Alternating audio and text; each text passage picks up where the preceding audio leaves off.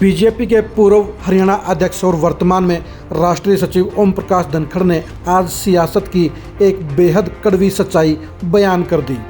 ओम प्रकाश धनखड़ ने कहा कि सियासत सांप सीढ़ी के खेल की तरह होती है, इसमें पता नहीं कौन कब ऊपर चला जाए और कब कौन नीचे लुढ़क जाए। ओम प्रकाश धनखड़ के साथ भी ऐसा हुआ। ओम प्रकाश धनखड़ एक ही झटके में अनमोल से बेमोल हो गए हैं। एक ही झटके में ओम प्रकाश धनखड़ की सियासत का खात्मा हो गया है। ओम प्रकाश धनखड़ की सियासत को जानने के लिए आप इन दो फोटो को जरूर देखिए। एक फ़ोटो 5 दिन पहले की है और एक फ़ोटो आज की है। 5 दिन पहले की फ़ोटो में आपको ओम प्रकाश धनखड़ 152 राजमार्ग पर खड़े नज़र आ रहे हैं और उनको जन्मदिन का केक खिलाने के लिए वर्तमान के बीजेपी प्रदेश अध्यक्ष नायब सैनी अनुग्रह करते हुए नज़र आ रहे हैं। उनके साथ में आपको पवन सैनी और थानेसर के विधायक सुभाष सुधा भी नतमस्तक नजर आएंगे। उस समय ओम प्रकाश धनखड़ का रुतबा हरियाणा में सबसे बड़ा था और अध्यक्ष जी के नाते सब उनसे या तो लालच रखते थे या उनसे डर रखते थे। उनका रुतबा, उनके हाव भाव बता रहे हैं कि 5 दिन पहले ओम प्रकाश धनखड़ की शख्सियत क्या थी। अब आप दूसरी फ़ोटो को देखिए। ये फ़ोटो आज की है। इस फोटो में आपको ओम प्रकाश धनखड़ के चेहरे पर मायूसी नज़र आ रही होगी और नायब सैनी के चेहरे पर चमक दमक नज़र आ रही होगी। यानी 5 दिन में हालात बन गए हैं। 5 दिन पहले जो नायब सैनी ओम प्रकाश धनखड़ को केक खाने के लिए रिक्वेस्ट कर रहे थे, उनके सामने भिगी बिल्ली नज़र आ रहे थे, उनके सामने छोटे नेता नज़र आ रहे थे। आज वही नायब सैनी बड़े नेता हैं और ओम प्रकाश धनखड़ मायूसी में उनको गिफ्ट देने को मजबूर हैं, उनका सम्मान करने के लिए मजबूर हैं। सियासत का यही रसूख है, सियासत की यही परंपरा है कि पता नहीं कब कौन शख्स अर्श से फर्श पर आ जाए और कौन शख्स फर्श से अर्श पर पहुंच जाए।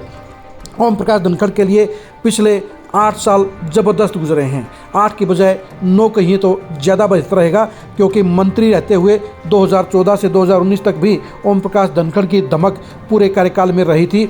वो बीजेपी की सरकार में टॉप 4 मंत्रियों में शामिल थे। वो मुख्यमंत्री पद के दावेदार थे और उनके महकमों में सीएम खट्टर भी इंटरफेयर नहीं कर पाते थे। ओम प्रकाश धनखड़ का रुतबा बड़ा था और वो सीएम पद के प्रत्याशी भी थे। 2019 में चुनाव हारने के बाद ओम प्रकाश धनखड़ का रुतबा और भी बढ़ गया, क्योंकि पार्टी हाईकमान ने उन्हें प्रदेशाध्यक्ष बना दिया।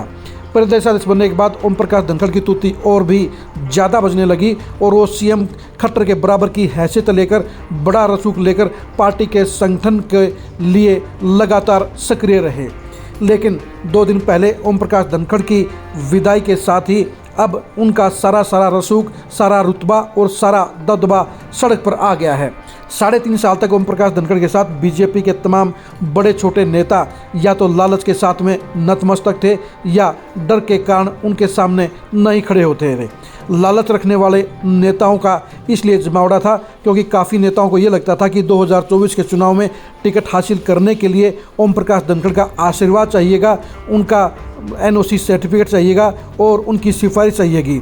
इसलिए बीजेपी के 90% नेता और ख़ास तौर पर दूसरी पंक्ति के नेता टिकट हासिल करने के लिए ओम प्रकाश धनखड़ का आशीर्वाद सबसे ज़रूरी मानते थे। इसलिए हर जगह ओम प्रकाश धनखड़ के इर्द गिर्द बीजेपी के नेताओं का बड़ा जमावड़ा नज़र आता था।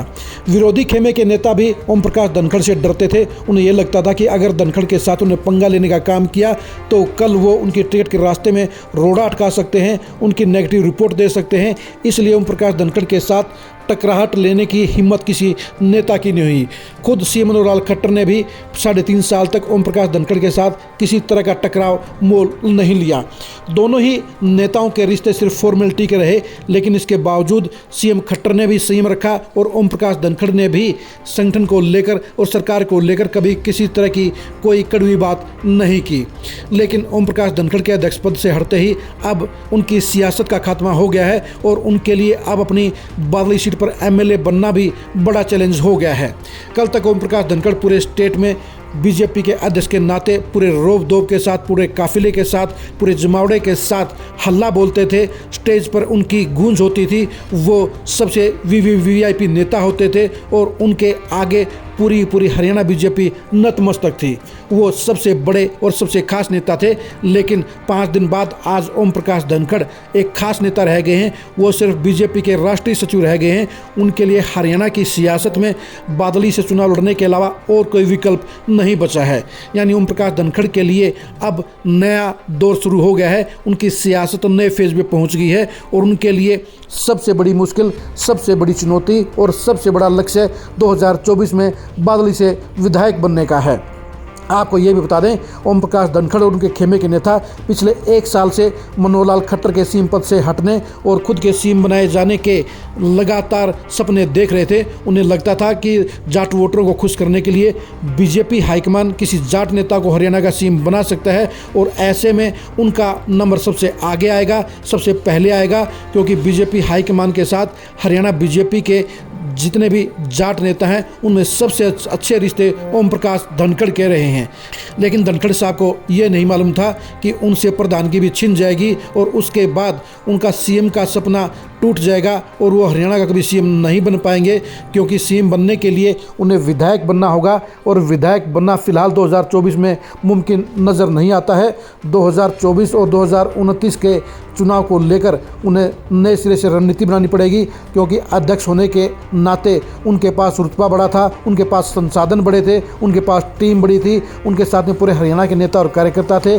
लेकिन अब वो एक आम नेता के तौर पर बादली से विधानसभा का चुनाव लड़ेंगे और उन हालात में जीत हासिल करना, भूपेंद्र हुड्डा के गढ़ में जीत दर्ज करना उनके लिए आसान नहीं होगा।